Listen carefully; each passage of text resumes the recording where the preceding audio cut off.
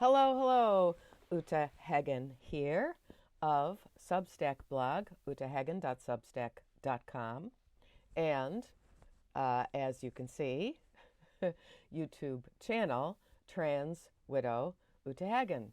All of a sudden, I have something like 25 or so new subscribers. So thank you to the people who are sharing these videos someplace.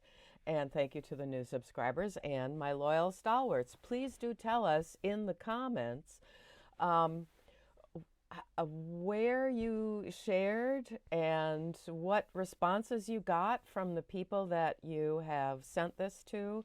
I'm just, it's very curious to me. Usually my channel has been growing very slowly, just a few subscribers a week, maybe 15 subscribers a month or something like that. But just recently we've grown quite a lot, and I'm very happy to see that. We're probably going to hit that milestone of 3,000 subscribers relatively soon at this rate. So, brava and bravo, everyone. So now we have to discuss and refute Dr. Helen Webberley's falsehoods on the whole concept of a child having cross-sex ideation, which then is diagnosed by someone like her, an ideologue, as gender dysphoria or transgenderism or transsexualism, that is, a patient who ideates that they should have been born the opposite sex. And she also presents false ideas about the so-called spectrum of sex based on anachronistic and obsolete labels of people who have disorders of sexual development, which long ago were called intersex, and the science back then, decades ago, wasn't able so easily to determine chromosomes. And it turns out that individuals such as Emain Khalif, the male boxer who competed with female boxers in the 2024 Summer Olympics, has a disorder of sexual development known as 5ARD, in which his body did not form normally sized male genitalia prior to his birth during the in utero time, and so he was misidentified as female at birth. He was raised as a female, and there's another one, I think Lu Ting is his name.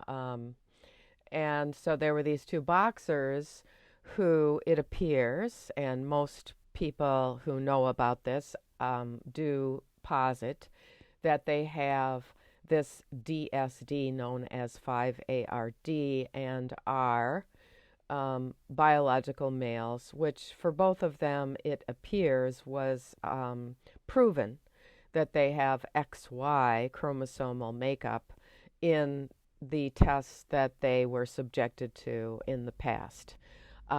It happens that it's very easy to determine what your chromosomal sex is now from a simple cheek swab and gathering saliva, because in that is the cells that were shed, which show either XX or XY chromosomes. So that is sort of to lay to rest this whole intersex, fake, incorrect, false idea that Webberley and her ilk often allude to, often not directly. They don't say the word intersex so often anymore because they know that it is an obsolete term. What is not obsolete are the Piaget stages of child development, that is, development of cognition.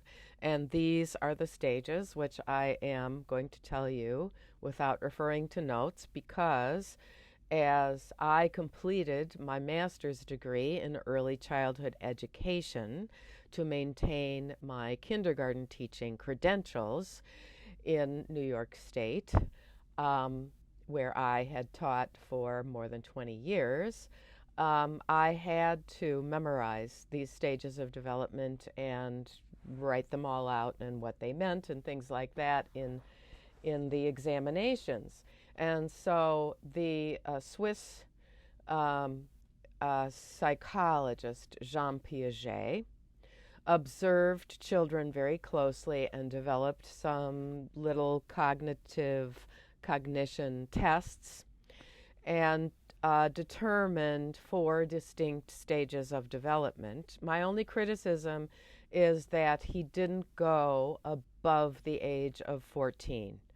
And the brain research now, more recently, shows us that the brain does not really complete its adult cognition and logical capacities until the early 20s, about age, and it's complete at about age 25. Of course, we learn and we continue to grow new brain cells throughout our entire life. That has already been proven. Thus, so the birth to 3, these year guidelines are just kind of in general. In general, birth to 3 is the sensory-motor stage when a child is nonverbal. And of course, language starts to develop and especially starts to blossom around 18 months. But a great deal of the learning is still very much motor and observational, real-world experience kind of stuff.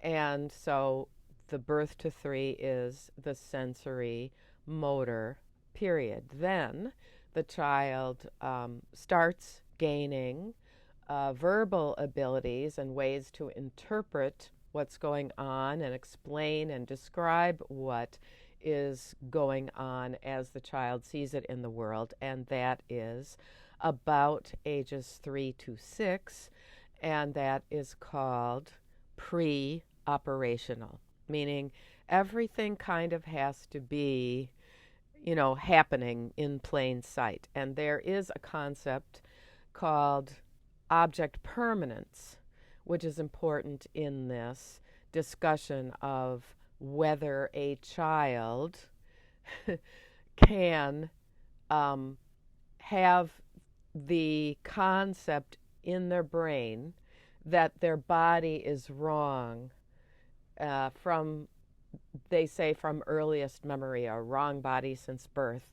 And that is adult manufacturing of the child's cognition in retrospect. We could call that retcon, retrospective continuity, going back and saying, oh, it was this, based on an adult interpretation of memories. Okay, so we are now up to age 6 with pre-operational.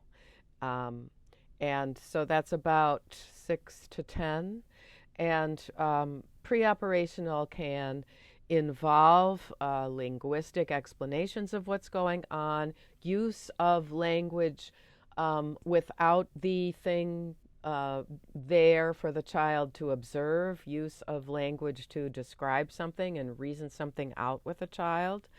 And that is concrete operational stage. And then the last of Piaget's childhood developmental stages is from age 11 to 14, formal operational. And that involves the capacity, which develops to engage in abstract thinking such that you can do algebraic equations and that type of thing, where it's, you don't have to have the tower of blocks being built and then falling down to prove that gravity exists. It's a capacity for much more symbolic thinking and the use of symbolic language. So those are the 4 stages of Piaget's child development phases. So I would say ask any trans ideologue like Dr. Helen Webberley, do you believe that Jean Piaget's long accepted and never seriously refuted stages of child development? Do you accept that? Did you study that in medical school? Is that part of the learning that you absorbed regarding how children develop? And then, if so, then how can you say that a child has the capacity to know that something is wrong about their body since birth? And this has to do with what we remember as our earliest memories. Sometimes we remember events that we are told about by our relatives, by our parents or grandparents or whoever, that we experienced as a child, and that whole linguistic overlay of other people's explaining that event then works into what we believe is our memory of it, and our memory of what thoughts we were capable of at a certain age. And I know, for example, that my mother's mother died when I was about to turn 4. It was a few months before I turned 4, and I have a memory of her knitting some pink slippers in the bed across from mine in the bedroom with me where she was sleeping in her last year of life. And I know that that is my memory because no one else witnessed that. I was alone, and I just remember, observing her knitting these slippers. Of course, the slippers later existed. She had knit a few pairs of those. And so, there are ways that we can think back to earliest memory, but for me, it doesn't have a lot of verbal interpretation of that memory. And then I remember I was lost once when I was about 4 years old, maybe 5, 4.5. But there's a lot of added on layers of that memory because it was a family event and they kind of lost me. I was changing my mind in a park. It was I think it was in Springfield, Illinois, or someplace in Illinois. It was one of the Lincoln homesteads of Abraham Lincoln. And there's quite a story there. One day I'll tell it to you. So the way we remember what we consider to be our earliest memories often has overlay from our adult selves, our interpretations of what we know about it now, as well as what others tell us about it. Now, the object permanence piece of this is a child knowing that when mommy drops you off at school or daddy drops you off at school, then they aren't going to be completely gone. They're over at work, they're working, and then they're coming back to pick you up when school is over or when the time is over. And before, there's an interesting phase from about 2.5 to about 4, when children don't really have the secure understanding of object permanence, and when in early development, when an object is gone in the child's mind, it isn't just somewhere else and going to come back or going to be seen again. It isn't there in that immediate environment, and so it's gone. It doesn't have permanence. So all of these concepts are very important and relevant to the false idea that someone can have the sense and strong conviction that since birth they have known that their body was supposed to be the body of someone in the opposite sex. Okay, so now I'm just going to go into this science project I would do in the winter. And this really demonstrates the false premise that a child will operate on as they're learning about the world. I used to teach early grade science, kindergarten and first grade science, and one of my questions during the winter when I would teach properties of matter, gases, solids, and liquids, I would ask, what is snow? Is snow a gas, a solid, or a liquid?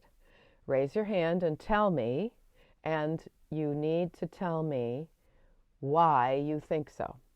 And almost inevitably, there would be a child who would posit that snow is a gas because you see it flying around in the air just like air, which is a good observation, but it happens to be a false premise. And usually we would go into a discussion of all of our experiences of snow and the solidity, the fact that snow is solid, would emerge from that false premise. And we would understand that, oh, when it melts, it's liquid, it's a solid. When it's frozen, and ice can come into that discussion too, and so on. But basically, just like the premise a child might express that snow is a gas, the premise that you can be born in the wrong body or you should somehow something was wrong, and in your mind you have the idea, the concept, the ideation that your body is wrong and your mind is the mind of something else. Now, first of all, the minds that I was teaching about whether snow is a liquid, solid, or a gas were both male and female minds, and they were arriving at the logic of this in exactly the same ways. And so while we might have real concepts of how men think differently in terms of, spatial thinking, or how women might think differently in terms of emotional wisdom or emotional understandings or something like that, you can't separate out what is innate and what is experience of being male or female. Some men have absolutely no sense of direction. I have been the navigator on those trips who could find the way on a map, and the male driver I was with could not. And I have also known any number of women who did not have particularly good, emotional wisdom or emotional intuitive sense that we typically associate with females. And complicating this is the fact that many, many detransitioners realize that they have some kind of autism spectrum thinking going on, and the overlap in the cohort who believes at some point that they should have been the opposite sex or that their mind is the opposite sex. The cohort that does that overlaps with people who are diagnosed with autism or autism spectrum qualities, expressions. And therefore, for example, Dr. Oz Hakim, who specializes now treating detransitioners, he's a medical doctor and a psychiatrist in the UK. He basically categorizes all of this born in the wrong body, my mind is the mind of the opposite sex kind of thinking as autistic thinking. So if you find this helpful, please tell other people that might find it helpful. And I think it's really important if you are dealing with young children or middle childhood children or teenagers or whatever who are getting this misinformation at school. I think it's important to set it all straight. And while I still have some daylight, I have to go out and do things. I'm still weeding like crazy before the ground freezes because I'm always playing catch up in my curated woods. Do take care, take walks, get outside, bundle up. It's not that bad as long as you wear a hat and a scarf. And we'll see you the next time. Thanks, everyone.